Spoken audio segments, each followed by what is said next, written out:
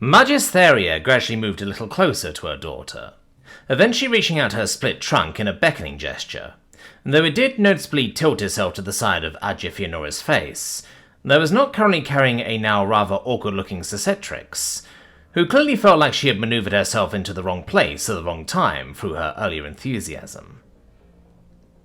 James suspected that she would have actively leaned away from the reaching out of trunks, had she not run the risk of accidentally toppling off the tusk if she did so. In fact, for a moment, she did noticeably look down, as if she was pondering if it would be worth it to try and take the plunge to avoid the awkwardness in this gravity, though it seemed Earthborn survival instincts won out over social awkwardness in the end. Meanwhile, Ajifionora hesitated for only a moment before she returned her mother's gesture, reaching her own trunk out and briefly tangling it with that of the older woman. The scene was really strange to watch, as it was undeniably tender, but still everyone could still feel the odd trepidation and tension that had so clearly taken hold of both mother and daughter as they shared it. "I am very proud of you," Majistheria assured her daughter, in a deep and intense tone, as they held on to each other, making direct eye contact as she spoke. "Few can claim to ever reach such heights, and here you did it already, and without any of my help. Truly the will has smiled upon you." Though there was obvious hesitation and suspicion on Ajifionora's face, she slung her trunk a bit more tightly around that of her mother. "Thank you, mother," she repeated her earlier words. Her mood had already lightened up from her mother's first arrival, but now she seemed honestly touched as her defences gradually seemed to lower. Majistheria held the trunk tangle for a few more seconds, before pulling out of it and instead moving her trunk up slightly to suddenly rub it over her daughter's forehead in what was most likely the same sort of affectionate head pat that humans might do among each other, even if maybe not generally at that age. Ajifionora closed her many eyes at the gesture, very visibly enjoying it and quite obviously not feeling in any way condescended by it as a human might have. After a few seconds of the affectionate contact, the Zodiatos councilwoman then slowly pulled her trunk back again. Though instead of retracting it entirely, she moved it in a slight sideways arch that ultimately ended with her holding out one of its ends, out to Nicola, in an open-handed gesture that was very obviously an offer to take it. Nicola squirmed on the tusk for a moment, as she stared at the offered appendage, very unsure of herself.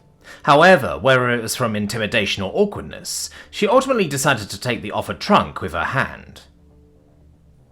In a gesture that almost could not be further from Ajifionora's earlier gentle lift, without turning outright aggressive, the older Zodiatos swiftly grabbed onto the accepting hand and wrapped the half of her trunk around the attached arm once, before lifting the girl up by it and hoisting the Deathworlder off her daughter's tusk. Nicola winced a bit as she was lifted by her arm, which shouldn't have been all too painful in this gravity for someone of her stature, though it seemed like her shoulder was angled a bit awkwardly due to the way that she was being held onto. Luckily, Majistheria seemed to move with a deliberate swiftness, and so it didn't take long before the young human was back on her feet, immediately rubbing her shoulder as soon as her hand was let go of. She was distracted enough by her attempts to comfort herself that she visibly flinched in a start as her head was suddenly touched by Majistheria, who briefly brushed over her lime green hair before pulling her trunk away entirely. Seeming either entirely unaware or completely uncaring about the fright she had given the girl, the matriarch smiled to herself a bit after the brief contact with the human, as Simon started to hurry over to his friend.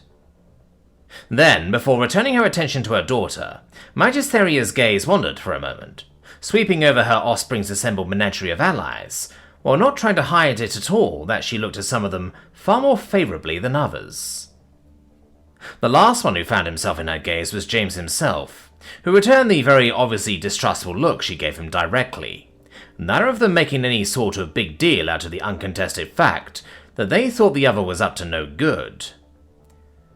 "A shame that you are leaving us so soon already, Councilman," Majistheria said, and lifted her trunk in the typical amused Y shape. It also did not go past James as she forwent the proper acting title while addressing him. "I am sure working with you would have been a trip." "I'm sure," James replied with a shrug, that did not diminish the slight grimace on his face in the least. But I'm not interested in being stalled by handouts. When the time comes, I'm sure your daughter will have a perfectly pleasant time working with me after the galaxy made its decision." The matriarch released a bit of a trumpeting scoff. "Confident," she replied, swinging her trunk a bit. "Let's hope it serves you well. You know what your people say about pride." James huffed a bit. "I am well aware," he confirmed, and leaned his head back a bit to support it against the wall, though his eyes never left hers in the process. Majistheria hummed in acknowledgement and finally pulled her gaze away from him to focus back on her daughter. "I don't want to hold you up. I am sure you have a lot of planning to do for your brief reign," she said with mild amusement. "But please, after your inauguration and subsequent resignation, do join me for dinner this evening.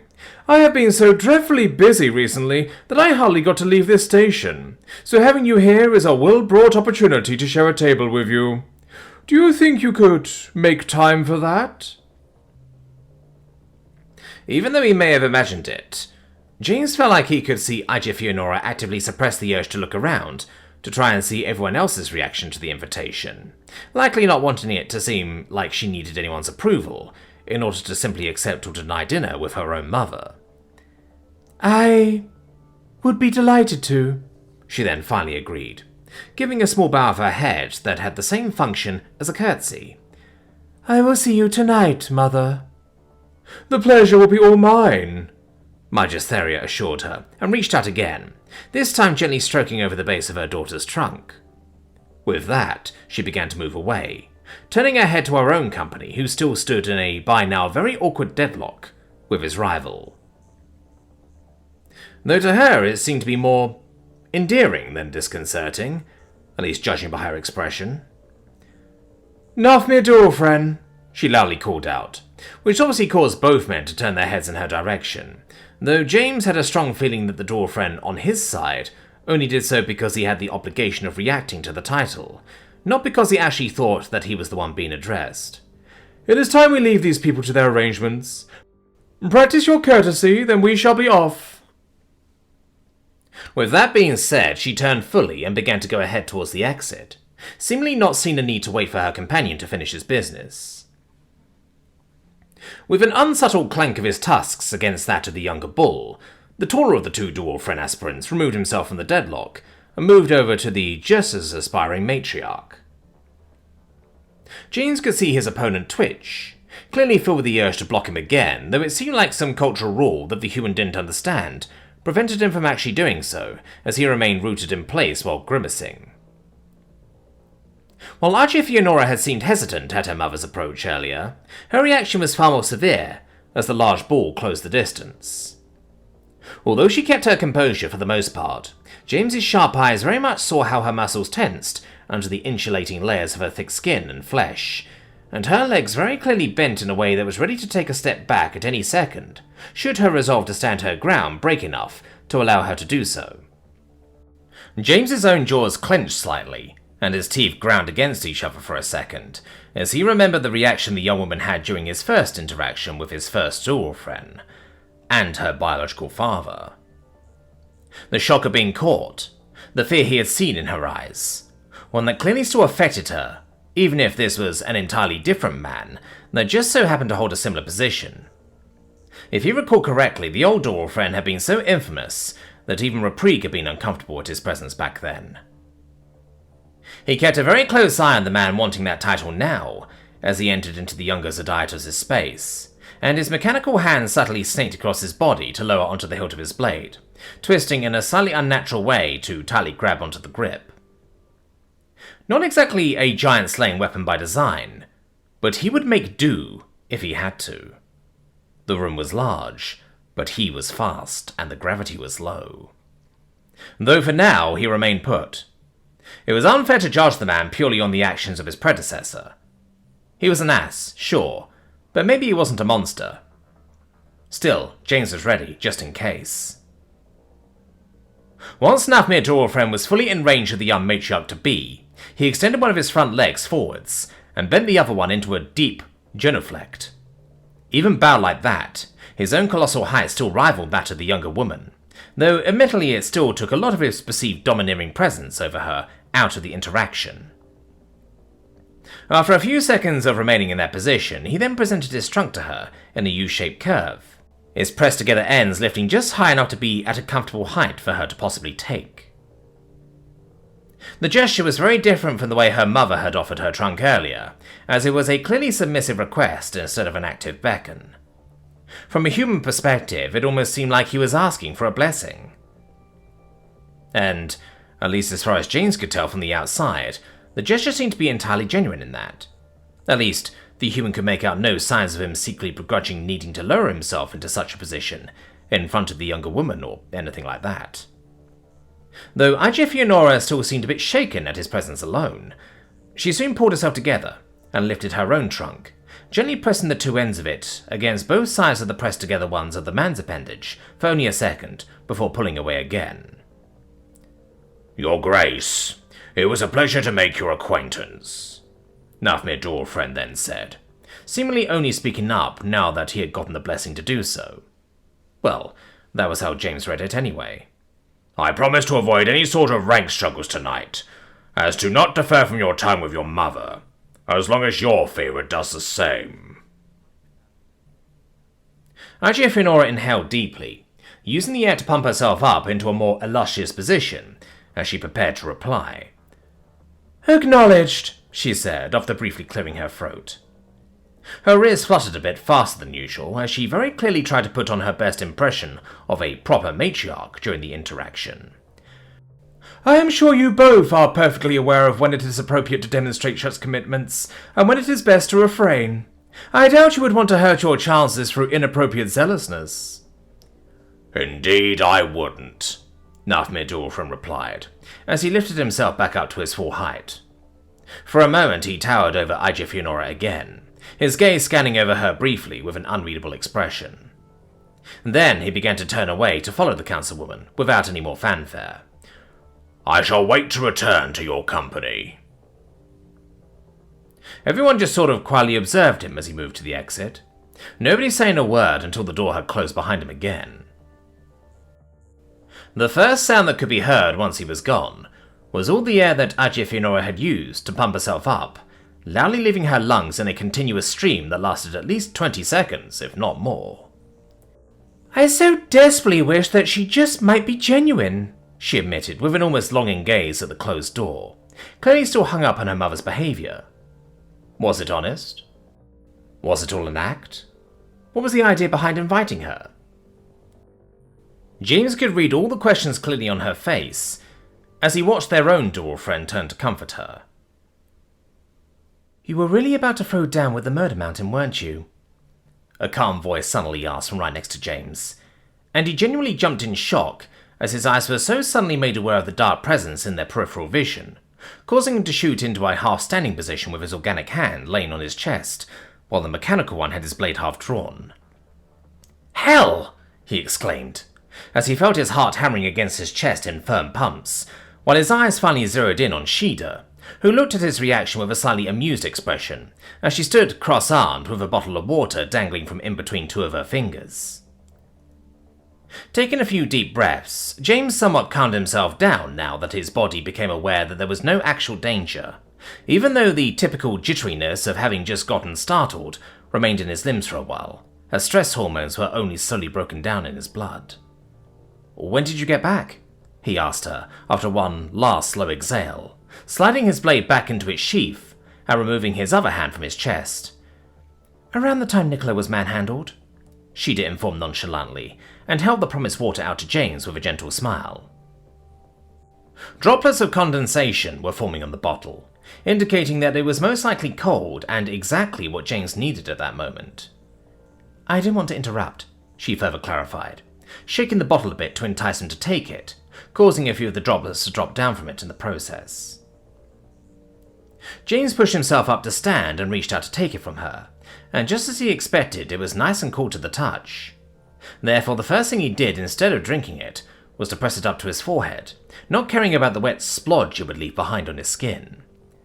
"Need to put a bell on you," he mumbled, and closed his eyes for a moment as he enjoyed the cold feeling on his skin, battling against the constant heat. "But thank you. This is just right." Once he got that out, he finally cracked the bottle open. After taking a few greedy gulps, he offered it to Shea, who declined with a flat hand and a gentle head shake. "I just take it off again," she replied with a smirk, as James took another swig before closing the bottle up. She then put her hands onto her hips.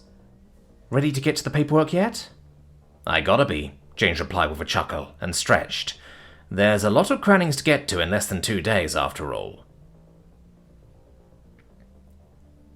"And although I will only hold this seat for less than an hour, I promise to all of you in the galaxy that I will not waste the chance it will offer to me," Ajifionora announced once it was her turn up on the stage.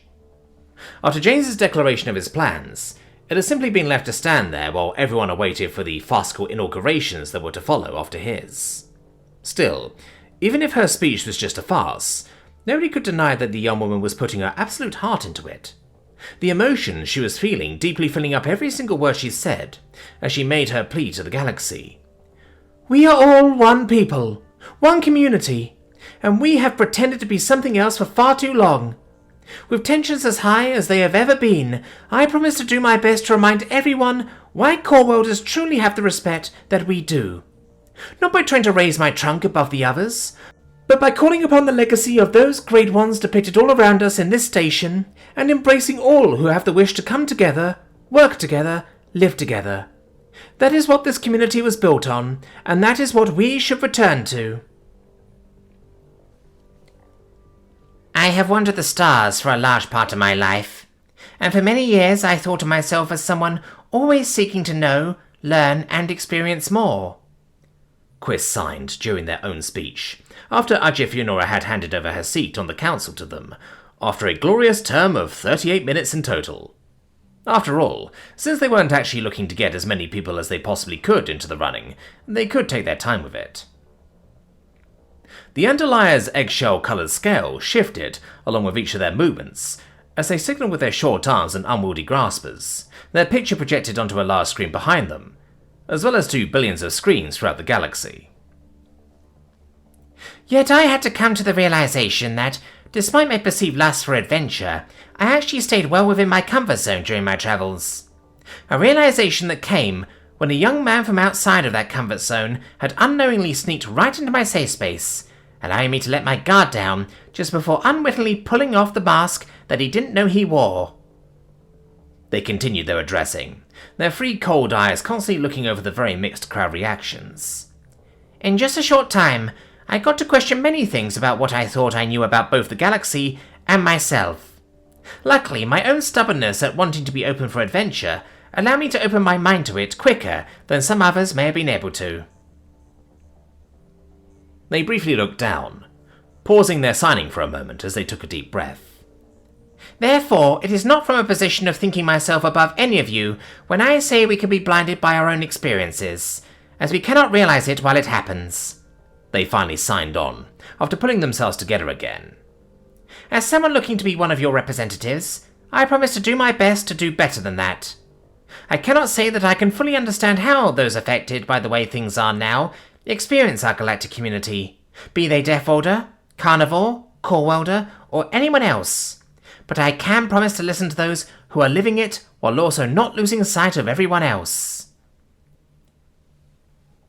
Because this is an issue that affects all of us," Farrell proclaimed, with her head held high as she very briefly got to upgrade her position from Ambassador of the Parasine People to Councilwoman. Her bird-like front feet were scratching the ground while her flattened tail swung behind her, with the fringe of rigid feathers along its dorsal and ventral sides gently bending against the air resistance. Her beak also clacked a bit with each word she spoke, showing just how much vigour was behind her speech. "It's easy to think that this is just a Deathworlder game, or a human game, or just that of one single man. But I am not here because of any allegiances. In truth, I don't even know Candidate Olwyn all that well. Nor am I a human, nor a Deathworlder. But after this conflict began, my people were the first who got caught in the crossfire. We were the first who immediately got the message that it doesn't have to directly concern you to make you feel its consequences." The short grey feathers covering her glistened slightly in the light, as she tilted her head to let her sharp eye scan over the crowd from behind her natural mask, and the long whiskers on the back of her head sway through the air attentively. The Quiis now had to face the same, to much more severe degree.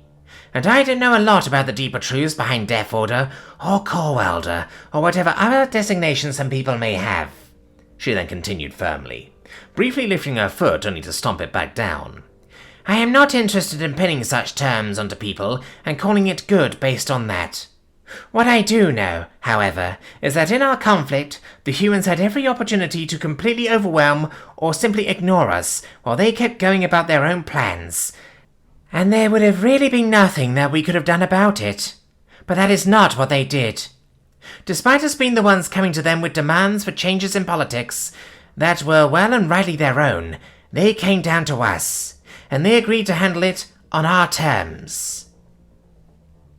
Her gaze got a little more intense, as she made eye contact with individuals in the crowd that seemed to be especially dismissive of what she was saying, and she made sure to stare them down with a dagger-like glare of her yellow eyes.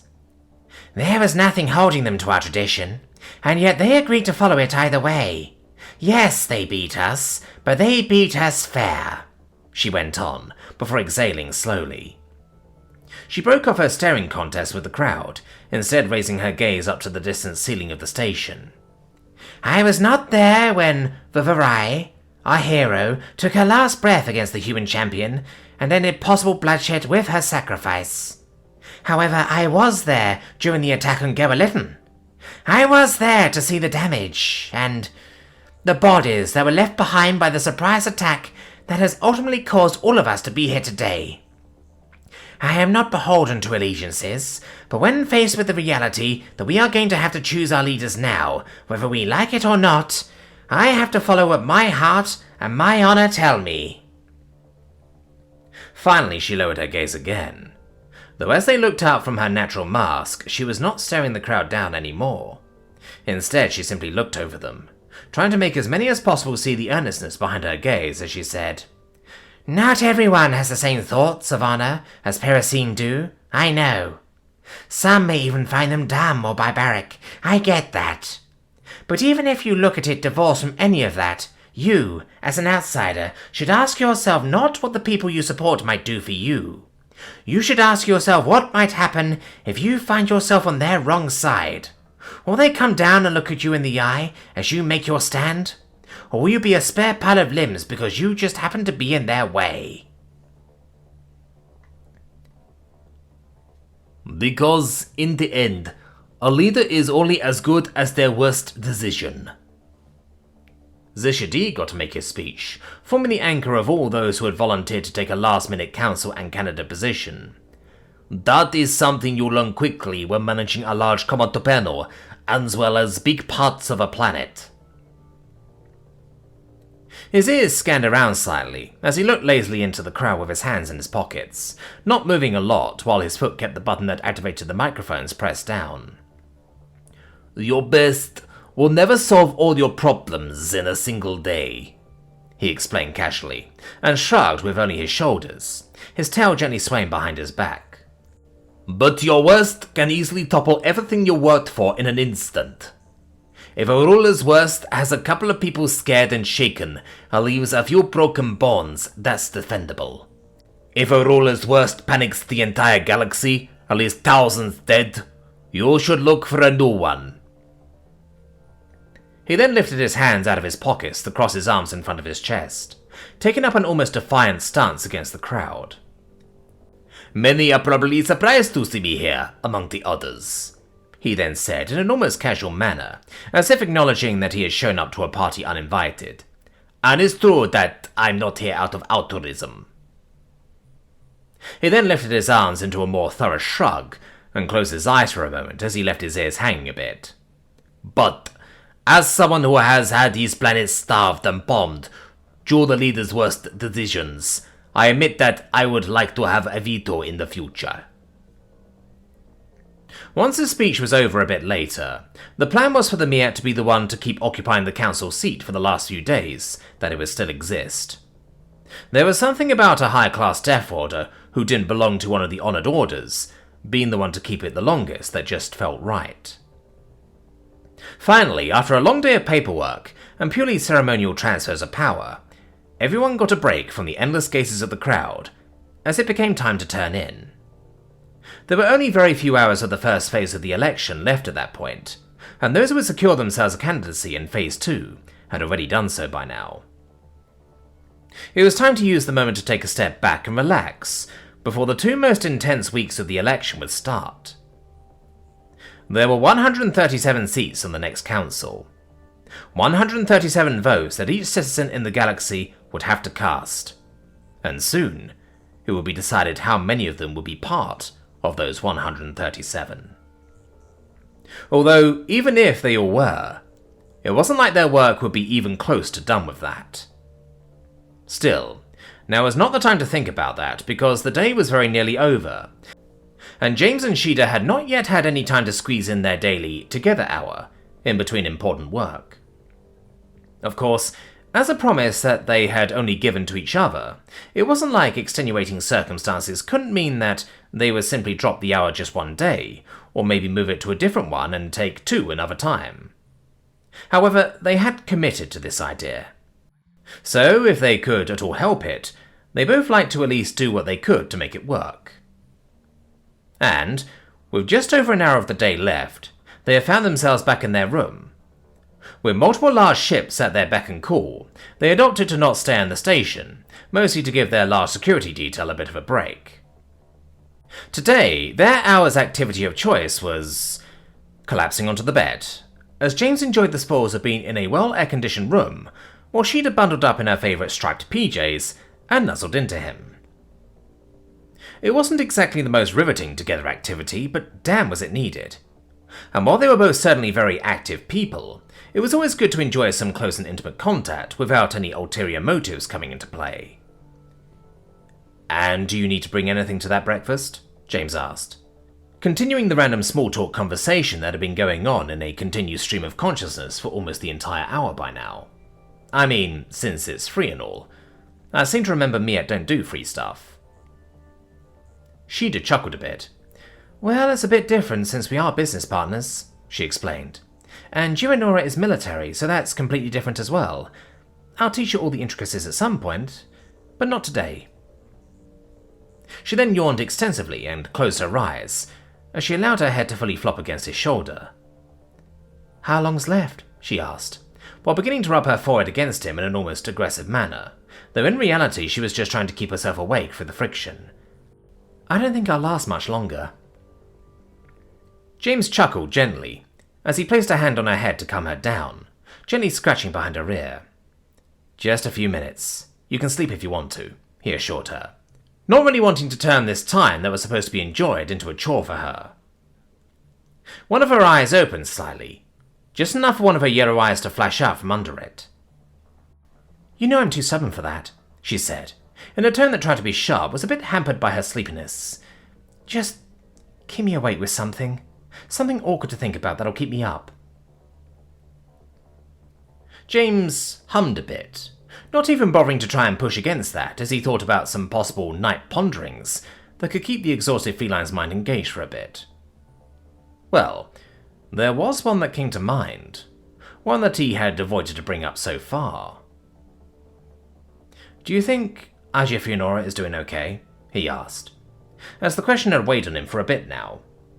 He had offered to come along with her, but Ajifionora had understandably declined, just like she had declined any human soldiers to guard her way there and back. She'd released a long breath and lifted her hand to lay flatly on James's chest as she replied, "She'll be fine. I mean, Majistheria is not crazy enough to off her daughter the very day she announced that she was supporting you." James sighed a bit. "Hopefully not," he half agreed, though he also hadn't expected them to actually kill Afiona, especially not after he had literally announced that they would. But killing her isn't the only thing they could do to her. Shea shook her head a bit, pulling his petting hand along with it as she did. "She's got a hunk with her. He'll also watch out," she said. "And it's not like she's totally incapable. I'm sure she'll get out if she smells danger." The feline then looked up at James sharply. "You should trust her a bit more," You're the one who brought her here, she added, her ears twitching slightly as she watched him. James exhaled slowly. Yeah, I know, he concurred, though he couldn't help but also mumble. That's what's got me so worried.